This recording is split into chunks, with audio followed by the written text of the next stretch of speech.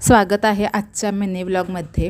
तर भोगी असल्याच्यामुळे इथे माझे छान असे केस वगैरे धुवून झालेले होते आणि रात्री जे डीमार्टमधून सामान आणलेलं होतं ते लावायचं होतं, तर ते लावून घेतलं कारण मग रात्री खूप उशीर झालेला, त्याच्यामुळे मग ते तसंच होतं। स्वयंपाक दुपारचा माझा सकाळीच करून झालेला होता, ओटा वगैरे सगळं क्लीन करून झालेलं आणि बाहेर इथे बघू शकता तुम्ही अथांग खेळत होता म्हणजे तो त्याची सायकल चालवत होता। सायकल चालवणं अगदी जगा वेगळं आहे, बघू शकता तुम्ही।